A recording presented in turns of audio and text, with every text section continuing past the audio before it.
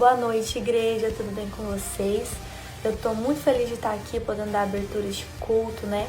Agradecendo a Deus por mais esse dia, por mais esse momento em que a gente pode estar aqui, mesmo cada um na sua casa, cada um no seu lar, podendo cultuar a Deus juntos como igreja do Senhor. Isso é maravilhoso.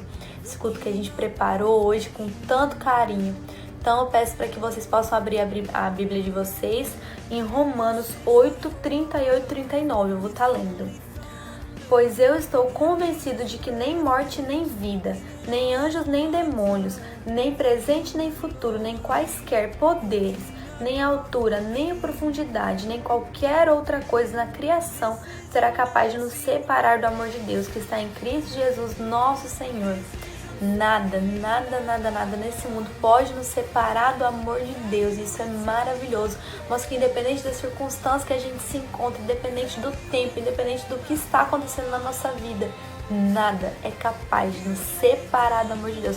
Nós sempre vamos ter a Deus perto de nós. Isso é maravilhoso, o amor de Deus perto de nós. E que hoje a gente possa desfrutar desse amor, desfrutar dessa presença maravilhosa e poder cultuar o nosso Deus juntos. Amém? Vou estar orando para que a gente possa dar início. Santo Deus, meu Pai, muito obrigada por essa noite. Muito obrigada, Deus, por tudo que o Senhor tem feito. Muito obrigada por nos dar essa ferramenta, ó Pai. Gratidão, Pai, por cada pessoa que está assistindo esse culto. Que o Senhor possa falar aos nossos corações. Que os nossos corações possam estar abertos para receber a Tua palavra, Deus. E que hoje possa ser um dia maravilhoso. Que não saiamos, não desliguemos este culto, Deus. Da mesma forma que nós nos encontramos agora, mas que nós possamos sair daqui diferentes. Esse é o foco, Deus, que possamos Te adorar, Te engrandecer nesse momento todos juntos. No nome de Jesus, amém. E agora um louvor maravilhoso que Thaís e Tarso prepararam pra gente.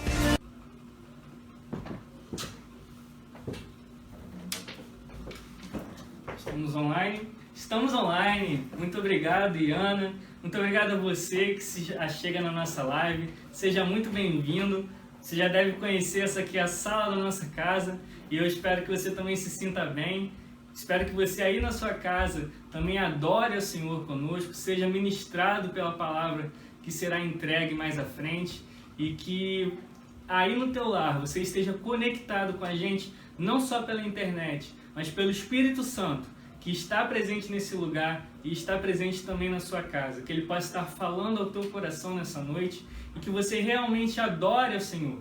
Que você o busque, mesmo da tua casa. Nós estamos em união e em igreja, aguardando o momento que podemos estar no templo, mas aqui também estamos conectados. Que o Senhor te abençoe.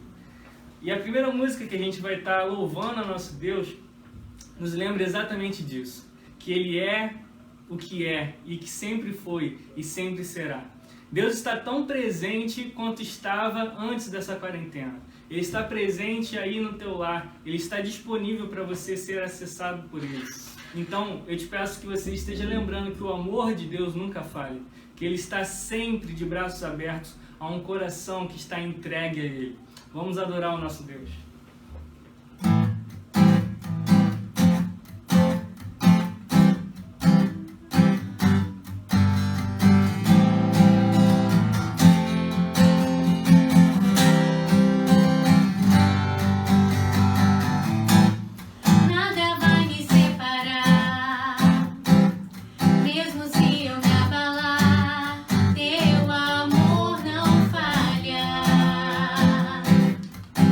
Teu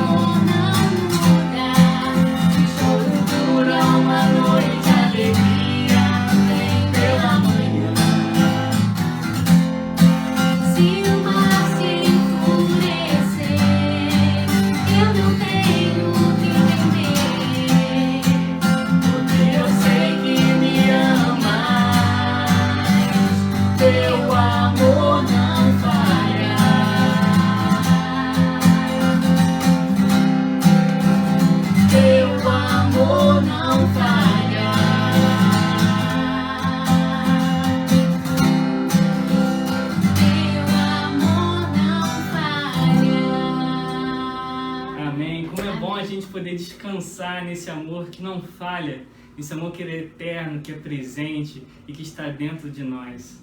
Vamos à leitura bíblica. O Senhor é a minha força e o meu escudo. Nele o meu coração confia e dele recebo ajuda. Meu coração exulta de alegria e com o meu cântico lhe darei graças. Amém. Que o nosso cântico possa exaltar e agradecer o amor eterno e presente do nosso Deus. E você, igreja, eu te faço um convite agora e lembrar que mesmo a gente estando em casa, nós estamos em campanha de missões mundiais. Esse é o Momento Missionário e eu quero que você esteja lembrando o seguinte: ainda que a gente precise estar reunido nas nossas casas, que a gente não esteja nos aglomerando, ao redor do mundo existem pessoas que continuam sem conhecer a alegria de Jesus, sem conhecer o amor do nosso Deus. Ainda há missionários que estão nos campos, que estão buscando alternativas para poder anunciar o Evangelho. E nesse período nós precisamos lembrar que nós fazemos a diferença, que nosso chamado não interrompe porque nós não podemos sair das nossas casas. Nós precisamos continuar orando por esses missionários, orando por essas pessoas que precisam ouvir de Jesus. E ao mesmo tempo lembrar que nós temos uma responsabilidade com o sustento daqueles que são enviados. Porque eles precisam continuar no campo, eles precisam continuar sendo sustentados. E em nome de Jesus, essa quarentena vai passar logo. E os recursos levantados ao longo desses meses vão sustentar as equipes ao longo de todo o ano. Então a gente precisa lembrar da nossa responsabilidade, meu irmão, de estar contribuindo. Ainda que a gente não possa nesse período estar fazendo cantinas na igreja, eu acho que é um desafio que a gente pode colocar em nós. Que a gente não dependa de ações, mas que a gente faça aquilo de coração. Pense você na tua casa. Eu sei que a gente está passando por um período de dificuldade, um período que muitos estão inseguros no seu trabalho, no teu salário, algumas complicações financeiras.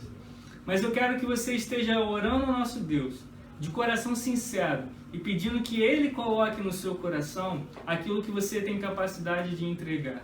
Não para a igreja, mas para o sustento de missões, para o sustento de pessoas que estão anunciando o Evangelho ao redor do mundo. E a gente vai estar passando agora um vídeo que fala exatamente sobre isso, sobre obediência.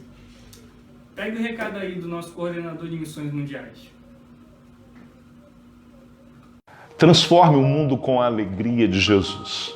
Jesus alegra a todos, não apenas a nós que o conhecemos, mas também ao Pai. Sim, encontramos no final do capítulo 3 do Evangelho de Mateus a narrativa sobre o batismo de Jesus.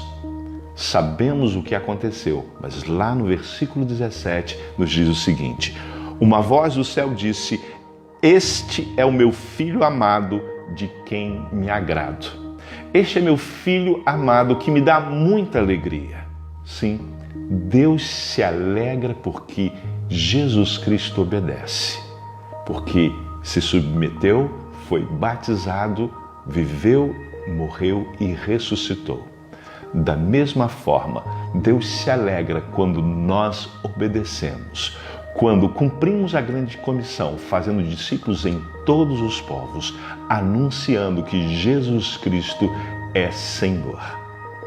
Transforme o mundo com a alegria de Jesus.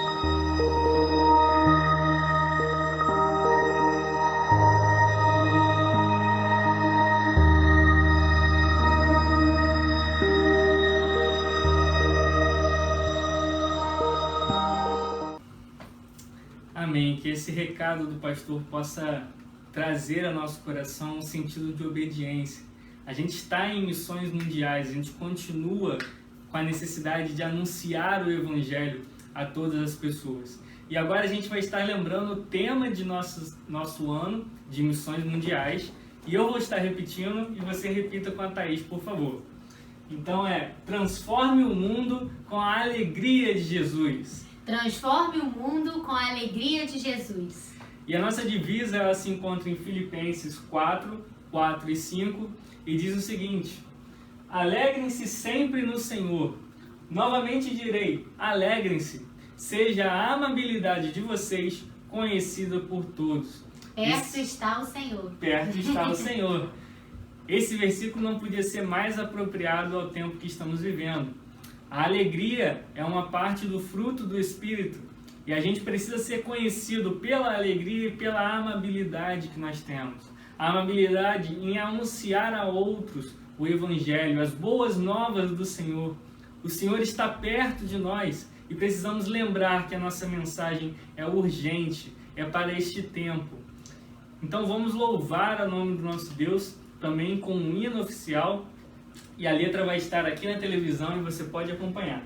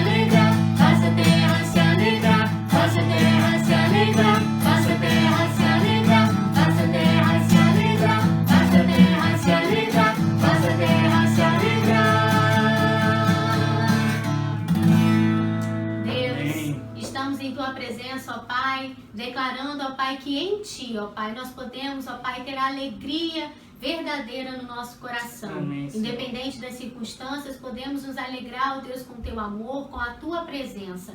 Peço, ó Pai, que o Senhor possa mover os nossos corações, que possamos contribuir, ó Pai, com a campanha de missões mundiais, para que outras pessoas, ó Pai, também possam ouvir da Tua palavra, da Tua verdade, possam ser libertas pelo Senhor e possam sentir, ó Pai, verdadeiramente a Tua alegria, ó Pai. Amém. Muito obrigada por tudo, em nome de Jesus. Amém.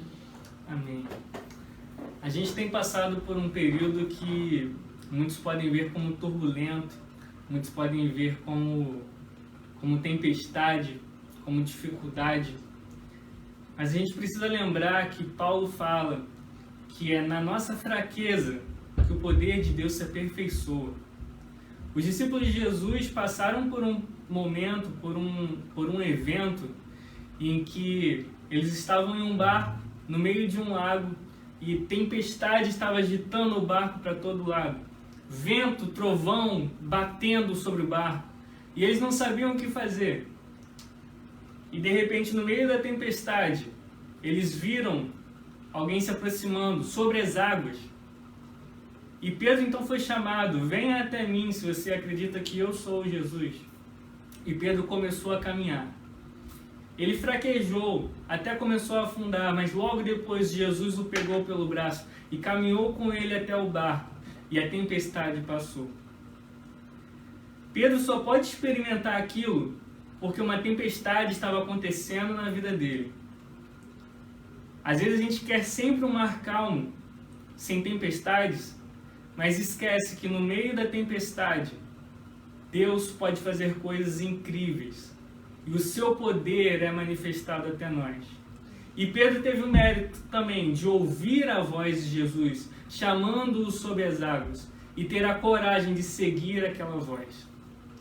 A música que a gente vai cantar fala sobre isso. E eu espero que você esteja refletindo, porque Deus tem águas profundas para você viver com Ele. Esteja atento à voz dEle, porque Ele vai falar ao teu coração.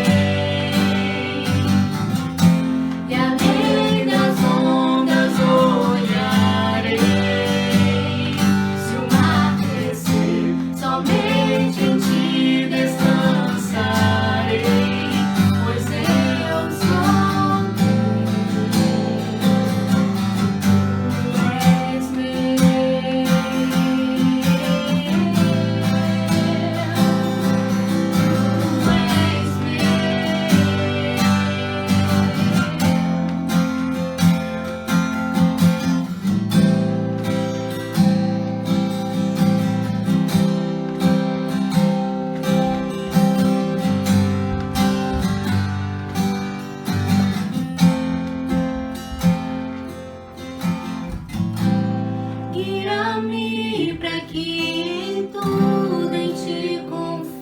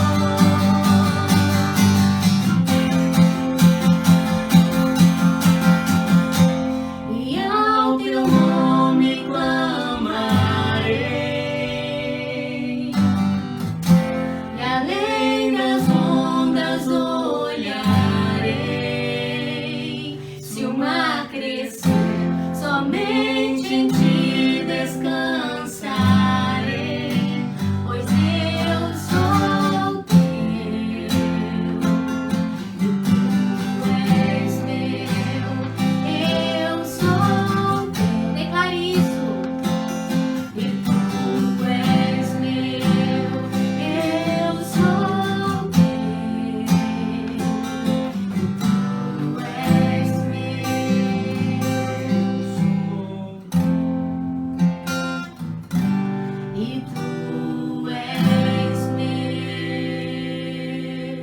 Amém. Nós somos de Jesus e Ele é o nosso Senhor. Nós podemos descansar porque nós temos um Senhor forte, presente, que sobre as águas Ele tem todo o poder e sobre a sua vida também. Amém. Agora a gente vai passar para o momento da mensagem. O pregador será o seminarista Amnon, ele que é diretor executivo da Juventude Batista Brasileira e preparou uma mensagem especialmente para a nossa juventude e para a Igreja Batista Missionária do Maracanã. Então vamos mudar nossa transmissão, ajustar nossos satélites e passar a mensagem para o seminarista. Que Deus te abençoe.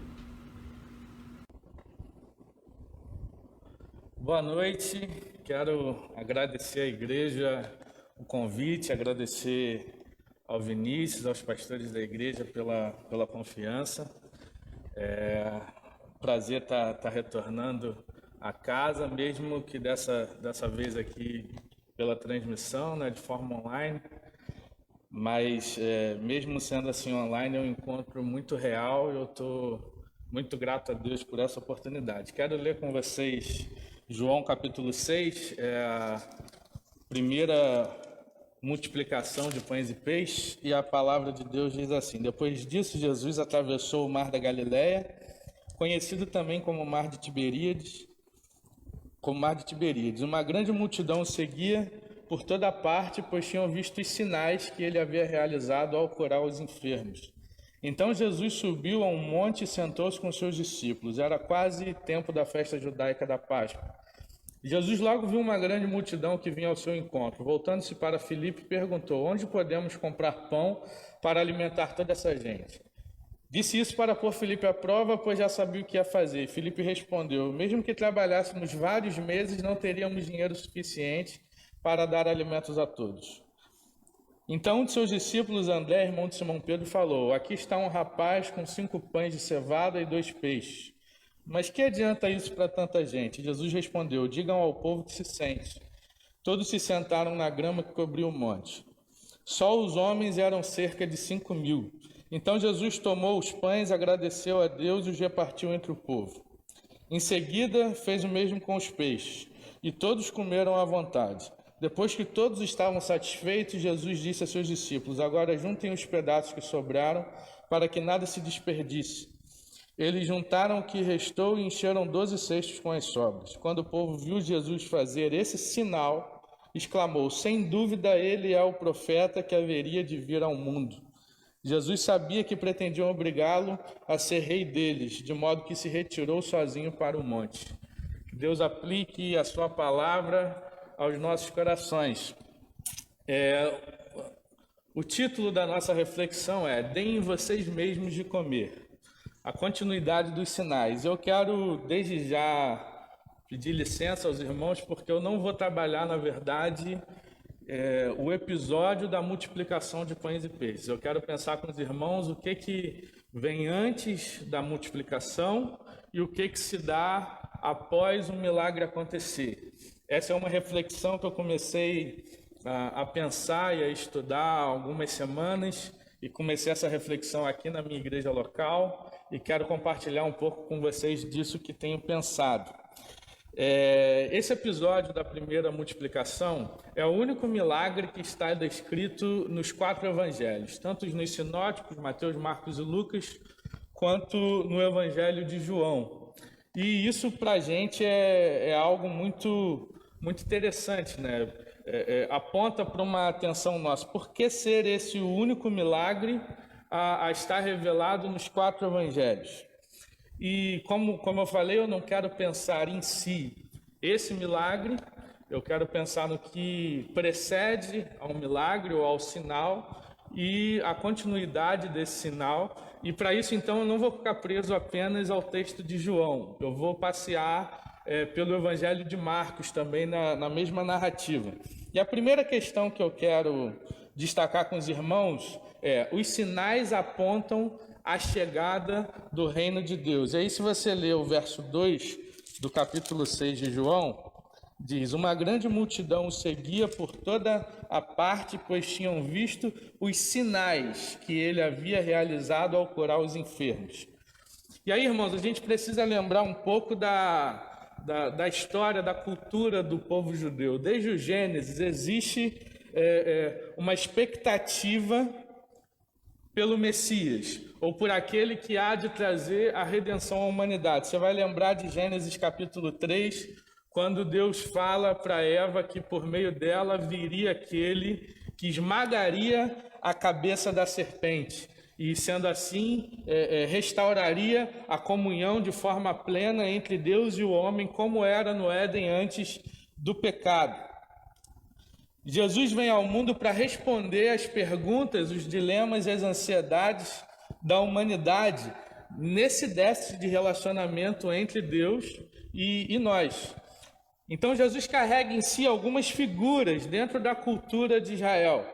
A primeira figura, a do rei, mas ele carrega também a do profeta, carrega a do sacerdote. Você precisa lembrar que Jesus é o sumo sacerdote, sendo ele o próprio sacrifício material a ser sacrificado, e sendo ele o próprio tomador do sacrifício. Jesus se sacrifica por nós. Por isso, a figura do sacerdote era o que levava a petição, era o que ligava os pedidos da humanidade com Deus, e Jesus é esse que se entrega, se sacrifica por nós para que pudéssemos ter esse acesso ao Pai. E uma das figuras que Jesus carrega em si é a figura messiânica. O Messias é aquela figura libertadora, e ele só aparece quando o povo está cativo. Então pensa, por exemplo, em Moisés. Moisés foi um Messias que libertou o povo da escravidão do Egito. E em algumas ocasiões o povo judeu foi escravizado, né? A gente pode lembrar do próprio Egito, da Babilônia, dos persas. E na época aqui de Jesus, em que ele faz esse milagre, o povo judeu era escravizado por Roma. Então existe uma expectativa nessa cultura messiânica sobre a figura de Jesus. E ele não é o primeiro a ser reconhecido como Messias. Outros, inclusive, revogavam esse título para si. E o povo de Israel tinha duas figuras majoritárias, ou dois imaginários majoritários para a figura do Messias. Um era que fosse um rei que libertasse o povo de forma bélica. A outra figura era a figura do servo sofredor, que está descrita lá no profeta Isaías. A questão é, Jesus não tinha aparência de rei. Se você lembrar também de Isaías, você vai ver lá nas profecias messiânicas que ele não tinha beleza ou formosura, não era o tipo de imagem que os homens desejassem. E quando o profeta Isaías fala essa passagem, ele está dizendo que Jesus não tinha justamente essa imagem de líder que era esperado, sabe? Um líder bonitão que se apresenta de forma forte e como os reis do passado eram imaginados, né? Reis que eram também generais de guerra. Então Jesus não tem essa aparência. Mas ainda assim, mesmo sem Jesus ter essa aparência, uma grande multidão o seguia. E por que a multidão o seguia? Porque Jesus estava cumprindo os sinais. A gente tem um mau hábito de quando lê os relatos dos milagres, a gente acha que é só pelo próprio milagre em si, sabe? O povo seguia Jesus porque estava com fome. Jesus mais à frente vai fazer uma menção a isso, mas nesse início aqui, a questão não é o milagre em si, mas o que o milagre representa. Porque o milagre é o sinal do Messias. Dentro dessa cultura messiânica, essa figura que viria para libertar o povo, ele ia cumprir alguns passos, e um desses passos eram esses sinais. E aí no verso 2 diz que a multidão o seguia por toda parte, pois tinham visto os sinais que ele havia realizado. Jesus está cumprindo os sinais. E, gente, pensa só num povo que está escravizado por um outro império. A possibilidade, a menção a imaginação de que está chegando alguém que vai libertar esse povo é uma notícia grande para eles, é algo maravilhoso, assim. Ter a possibilidade do Messias de fato estar chegando e cumprindo esses sinais, essa figura que vai libertar o povo de Israel da mão de Roma. Isso para eles era algo incrível. E aí o povo seguia por causa desses sinais.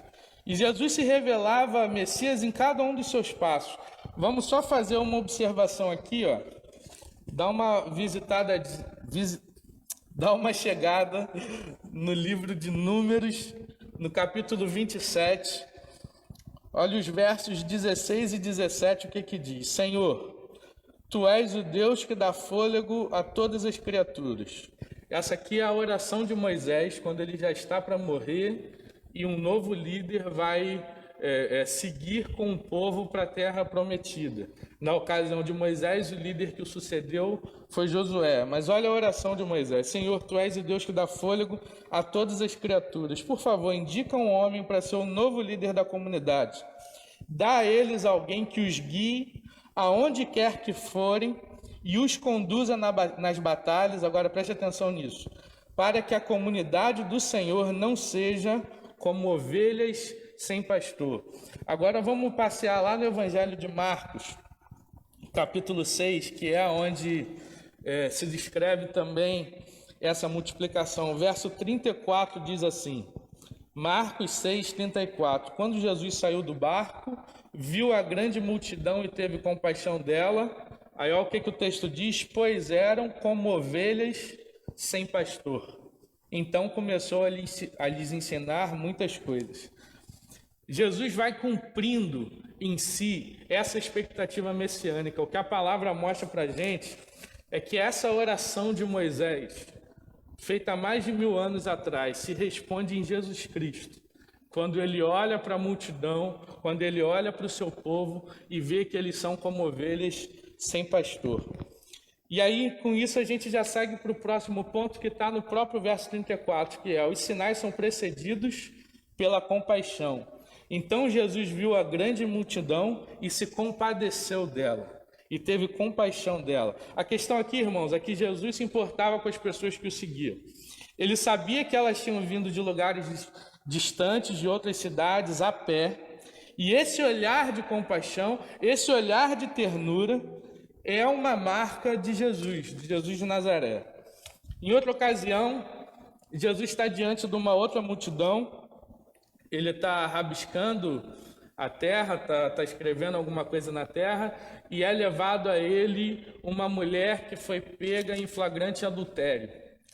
E aí você tem que entender que Jesus estava sempre os fariseus, os doutores da lei, o Império Romano, eles queriam sempre, de alguma forma, fazer Jesus cair em certas pegadinhas para poder prendê-lo e aí a história se suceder.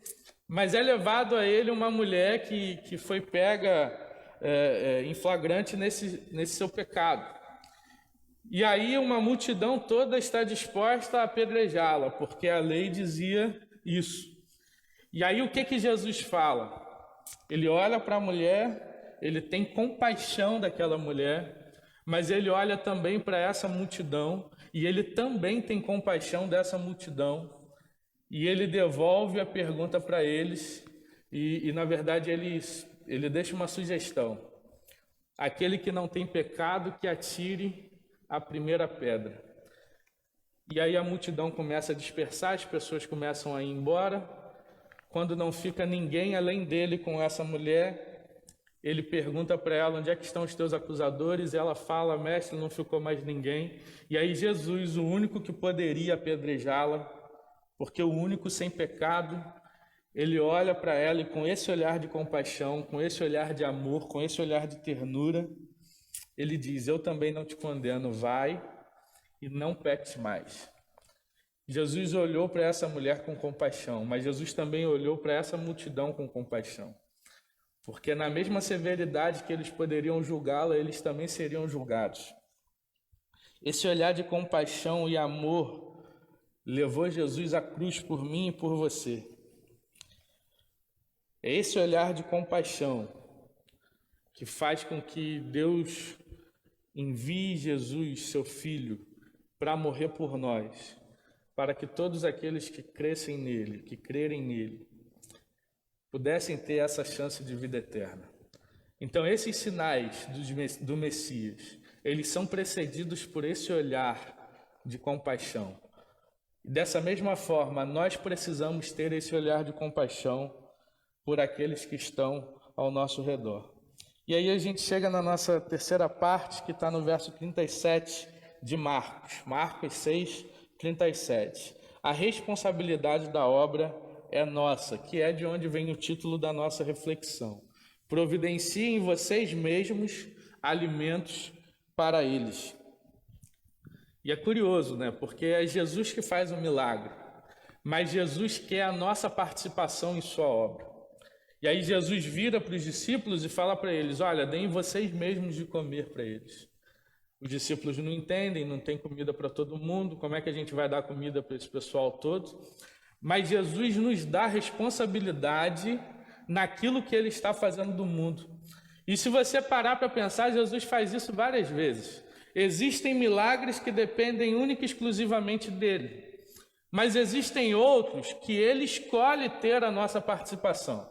Vamos lembrar do episódio de Jesus ressuscitando Lázaro. Poxa, Jesus ressuscita alguém que está morto. Não poderia ele mesmo mover a pedra, mandar um anjo para retirar a pedra? Ou ele podia soprar e a pedra desaparecer? Mas o que ele faz? Ele manda que os homens tirem a pedra. Vamos lembrar também do episódio de Jesus no seu primeiro milagre, que foi numa festa de casamento. Jesus, o vinho acaba, Maria, que devia ser conhecida da família, fica preocupada com a situação, porque para aquele casal, para aquela família, seria uma vergonha muito grande a festa continuar sem o vinho, e essas celebrações de casamento para o povo judeu eram celebrações muito grandes, de muitos dias, e se acabasse o vinho, seria uma vergonha para a família, representaria a própria tristeza, o fracasso daquele relacionamento. Jesus de início diz que não vai ter participação, mas ele se compadece também daquelas pessoas e ele faz o milagre. E o milagre é transformar a água em vinho.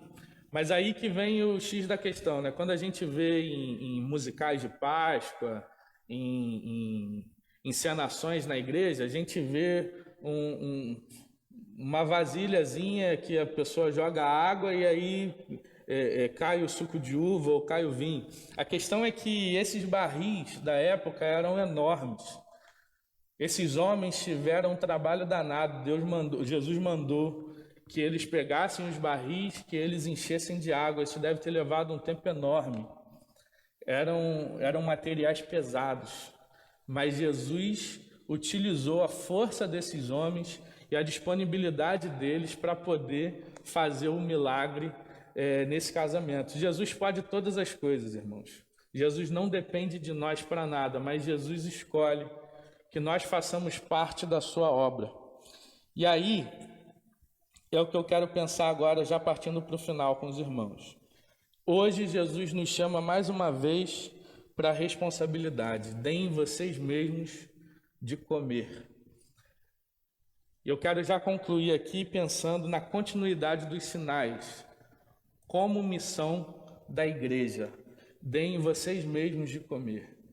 Quando Jesus parte desse mundo, ele ressuscita, ele fica um tempo ainda andando com seus discípulos, mas quando ele está subindo aos céus, e alguns dos evangelhos vai dizer que Jesus fala da continuidade dos sinais, dos sinais daqueles que creem no nome dele, que pegarão em serpentes, serão picados, mas não serão envenenados, que vão passar pelo fogo e vai ficar tudo bem. Os sinais daqueles que servem a Jesus, que continuam a obra de Jesus. E eu quero ler com você João, capítulo 14. Quero ler com você a partir do verso 12. Eu lhes digo a verdade, quem crê em mim fará as mesmas obras que tenho realizado e até maiores, pois eu vou para o Pai. Vocês podem pedir qualquer coisa em meu nome e eu farei, para que o Filho glorifique o Pai. Sim, peçam qualquer coisa em meu nome e eu farei. Jesus diz que aqueles que estão nele, que aqueles que creem nele, que aqueles que seguem a sua obra, vão fazer obras maiores ainda que as dele. Aquilo que nós podemos fazer, fazemos em Cristo. Como o próprio Evangelho de João vai nos lembrar que sem ele nada podemos fazer. Ele é a videira, nós somos os ramos e quando estamos nele nós damos muito frutos. A questão é, irmãos, nós hoje enquanto igreja estamos dando esses frutos?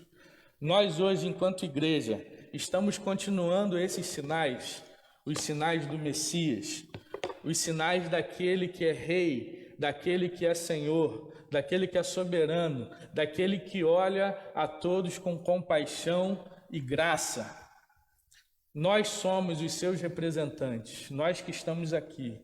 E se você for embaixador do rei, assim como eu, você vai lembrar o texto de Coríntios, que diz que nós somos embaixadores da parte de Cristo. Nós representamos Cristo aqui na terra. É nossa missão, a continuidade dos sinais, porque existem ainda multidões perto da gente que ainda estão famintas, existem ainda multidões perto de nós que precisam desse Cristo, que precisam dessa graça, que precisam desse amor. E aí a pergunta para mim e para você: onde a gente está diante dessa multidão que carece da graça de Cristo? Nós somos os discípulos que olham e apenas dizem que não é possível? Ou nós somos os mesmos discípulos que, confiando na palavra do Cristo e obedecendo a sua ordem, deem vocês mesmos de comer, preparam a multidão para alimentá-la? Nós precisamos ser esses agentes da paz, do amor, da graça. Nós precisamos ser essa agência do reino de Deus, que por onde passa, emana vida. Uma das figuras que o Evangelho de João apresenta de Cristo é a figura da água viva. João 4, quando Jesus está conversando com a mulher samaritana, ele cita isso para a mulher, naquele diálogo com ela, mas em João capítulo 7, é falado da festa dos tabernáculos, uma festa que acontecia no templo, em que Jesus mandou os discípulos irem para a festa, mas ele mesmo foi um pouco depois. No final dessa festa tem uma cerimônia, que é a cerimônia de libação da água, e Jesus se apresenta no final dessa festa como sendo essa água viva. E ele diz: aqueles que têm sede, que bebam de mim, que sou a fonte da água viva. É como se Jesus estivesse dizendo que toda aquela festa, que está descrita lá em João capítulo 7, toda aquela festa, todo aquele imaginário, toda aquela cultura, toda a simbologia do povo de Israel, do povo judeu, era como se Jesus estivesse dizendo assim: olha, essa festa aqui, essa celebração de vocês, tudo isso aqui é sobre mim. É sobre Jesus, é sobre mim. Eu sou a fonte de água viva. E aí Jesus diz que aqueles que creem nele, que bebem dele, serão como rios de água viva. Irmãos, isso quer dizer que por onde esse rio passa, emana vida. A vida floresce a partir desse rio. E aí a pergunta que fica para mim e para você: por onde nós passamos, a vida também floresce ou não? Existe uma multidão que ainda está com fome, existe uma multidão que precisa de Cristo. E nós somos os responsáveis para levar a Cristo a essa multidão. Que Deus abençoe a mim e a você.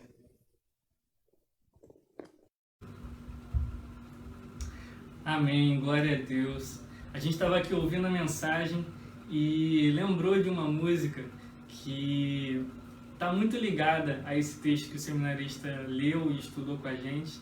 e que assim como a mensagem, ela não conta certamente o centro do milagre, mas sobre a história de um menino que estava envolvido nessa música. Então, ela é um pouco antiga, mas acredito que muitos conheçam, e eu peço que, se você conhece, esteja louvando a Deus conosco e acompanhando aqui também.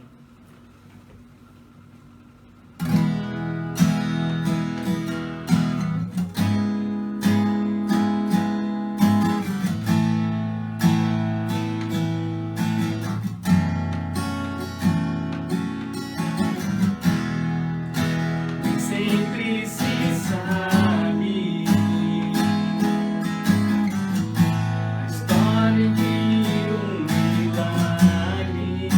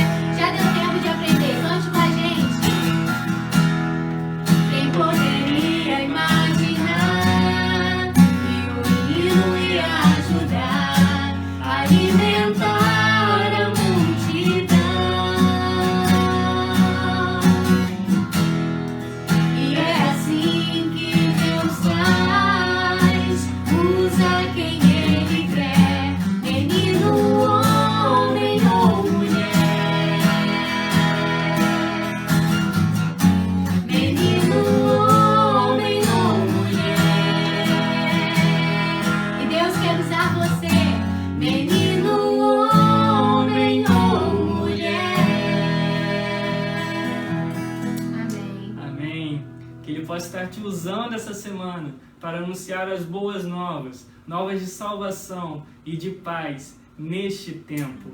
Que Deus te abençoe, que você tenha uma ótima semana em nome de Jesus. Amém.